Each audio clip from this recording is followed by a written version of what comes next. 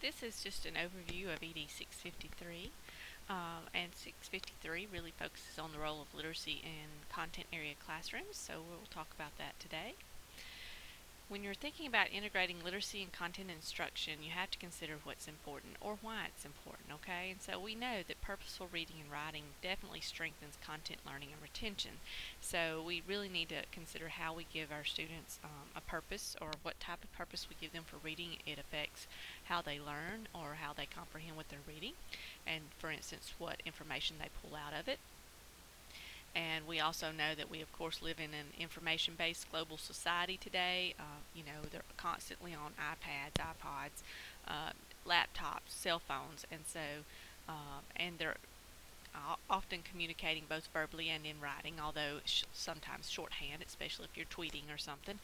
But we definitely have a lot of information coming and going in our students' lives and in our lives, and so we really need to take the literacy and make sure we're integrating it with the content areas. And of course, when we're thinking about differentiated instruction, we need to make sure that we're providing some type of literacy instruction or support through literacy instruction. That really helps with the differentiated instruction for our students and helping them be able to, say, comprehend or understand what content we're often trying to teach. So that is definitely key to improving achievement and closing that achievement gap. Now, the literacy demands that cross the content areas.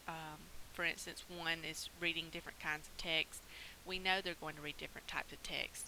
Whether it's a lab report or a blog now or a wiki, there's lots of different types of text, and so a lot of it's gone online. So it's digital, so it's a different version than what we're used to. But they're often reading different types. We don't usually pull up an encyclopedia or open an encyclopedia like we used to. So there are many types of text sitting out there that the students will now be exposed to, especially now thanks to the internet. And so something else that we have to consider is writing in that content-specific format. Again, I keep mentioning lab reports, but there are different things and different ways you have to write, especially specific for math and how you would explain a math problem or answer a word problem. And of course, then the students need to be able to recognize and understand the key concepts and vocabulary. So again, that often falls into the reading skills part of it. And so we have to keep in mind that literacy needs to be beefed up. We really need to spend some time teaching and even building prior knowledge before students really get into certain concepts. And of course, another area is solving the content-specific problems. That's strategic thinking. Problem-based learning is very big right now, or has been in the last 10, 15 years. So we have lots of different real-life type problems that the students would have to solve in their in their content area. And so they have to have good literacy skills often to even be able to comprehend and solve those problems. So that falls into place there. Now, as far as the role of the content teachers in literacy instruction, we know this is not about teaching basic reading skills. So I don't expect a history teacher to teach basic reading skills. They're not teaching phonics and phonemic awareness and all of those things. But there are certain skills that fall into play. So they need to make sure, if you're teaching a content area, you need to make sure that you provide opportunities for students to improve their content literacy in the area of reading, writing, speaking, presenting, thinking. So those are some ways that the literacy really falls into play, and we need to provide those instances and instruction in those instances so that we increase the students' understanding of the content. And of course, we want to use and model appropriate literacy strategies, and you will see several in this book, Developing Readers in the Academic Disciplines by Doug Buell. So it's a really good book. We'll also cross over several articles during your article reviews that will give suggestions as well. Now, some of the examples of expectations that you might see in these different content areas, reading might fall into poems, short stories, or plays that might even go along with whatever content you're learning, especially in history, essays, journaling, whether you have persuasive writing or narratives. Those sometimes fall into play in the area of English language arts. I mentioned history, but this is kind of the expectations more on the English side. Of course, we're looking at vocabulary and building those descriptive words and different terms and how to make effective word choices. And that's important for testing specifically, because students often get test questions that have you choose the most effective response to something, and the kids can't always do that. And of course, Speaking, presenting, dramatic readings, author studies, those often fall in the language arts. But when you're thinking about literacy expectations in, say, math, you've got word problems, graphs, charts. Even when I put a math problem in front of my 5-year-old, I tell her, let's read this math problem, okay? It is and so we really talk about reading it, and so they get the idea that reading is important, even in math. And of course, there's writing. They have problem write-ups. They have to explain how they answered something, how they got their answer, what they did, giving their steps. They might take notes, some statistical analysis as well.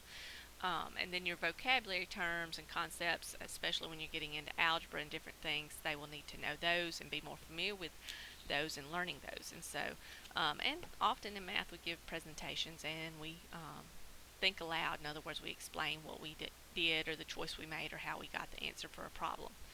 And when you're looking at science, again, lab reports, diagrams, things like that, as well as terms, I think vocabulary is really strong in all of these, of course, as well as the writing.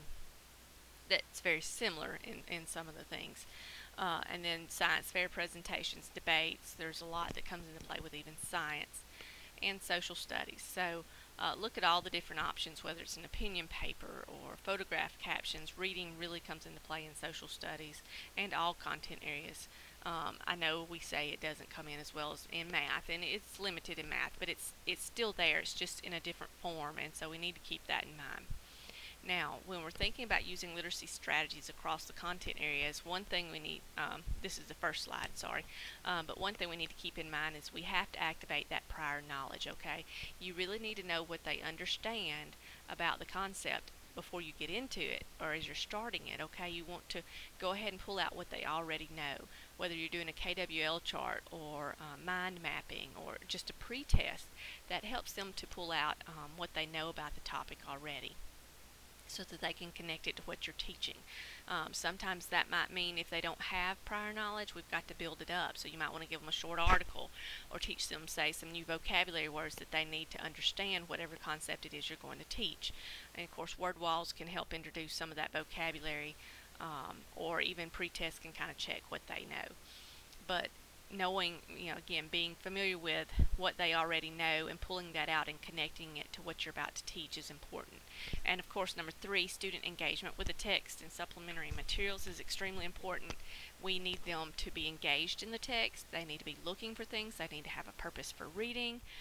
We might give them graphic organizers or concept maps. There may be discussion connected with it. They may have to take notes or work with a partner, but we definitely need them engaged, not disengaged and barely reading it at all. And number 4, of course, they need to know strategies for summarizing and synthesizing. And I've seen over the years, children learn how to retell a story, but often they don't know how to really summarize it as well as synthesize it. Even into the college age, we struggle with synthesizing information, okay? And this is a strategy that needs to really be taught and enhanced, especially in the content area, so that they can pick it up and apply it in their college classes. And of course, an emphasis on questioning. We ask questions, but we often answer it too quickly. We don't give them time to really think about it. They might could even talk to a partner before they tell it. And sometimes we don't often ask higher order questions, and so we even need to be thinking about creating those higher order questions ahead of the lesson so that we are prepared to ask them those questions, because sometimes we can't think of a higher order question off the top of our heads. And then when we're looking at a literacy-rich classroom, like I said, this still is a content area classroom, but you want literacy in there, or lots of books in there and different things. And so, but when you're thinking about it from a literacy-rich perspective, you really do want student talk as well as teacher talk. It shouldn't be all lecture. It shouldn't be all the students either. So there needs to be a balance. The students, again, need to be actively engaged, not just sitting at their desk working, doing worksheets. And they need to be able to ask questions. So we shouldn't intimidate them and make it where they don't want to ask questions. They need to ask, and sometimes we even need to be able to recognize that we can't always answer their question. Okay? We're not perfect, and they need to know that and how to find the answer to the question if we don't know it. There should also be opportunities for the students to investigate certain topics or issues of their choice. It really helps them to blossom when they can choose. They will spend more time on it and be more focused. They also need to be able to work independently as well as collaboratively, and sometimes that's hard getting children to work collaboratively together, even on the high school level, and so we have to think about how we would do that. And of course, we need to purposefully teach them how to use metacognitive reflection on their content and their processes, have them think through what they were thinking while they were doing it and what connections they were making and whether or not they were understanding it. Okay, so they need to be able to identify the quality of their learning or their work and be able to judge it from there so that they can make better decisions based on that. And of course, a literacy rich school may even have grade level scope and sequence. I don't always agree with scope and sequence if it's not flexible. Um, but schools definitely need to figure out, how are we going to put literacy into the content areas? What are we covering? When are we covering it? To some extent, um, again, I believe in flexibility on that. But they also need to be introducing specific, topics as well as reinforcing them and assessing those. And we need to think about how those fit into our curriculum. So keep that in mind in your own classroom. And most of this came from an article, Meeting the Challenge of Adolescent Literacy, by Irvin, Meltzer, and Mickler. Oh, and Phillips and Dean, sorry. Several authors there. But that's just the intro to this class. We will really focusing on putting that literacy connection into the content areas. So I hope you enjoyed it. Have a good day.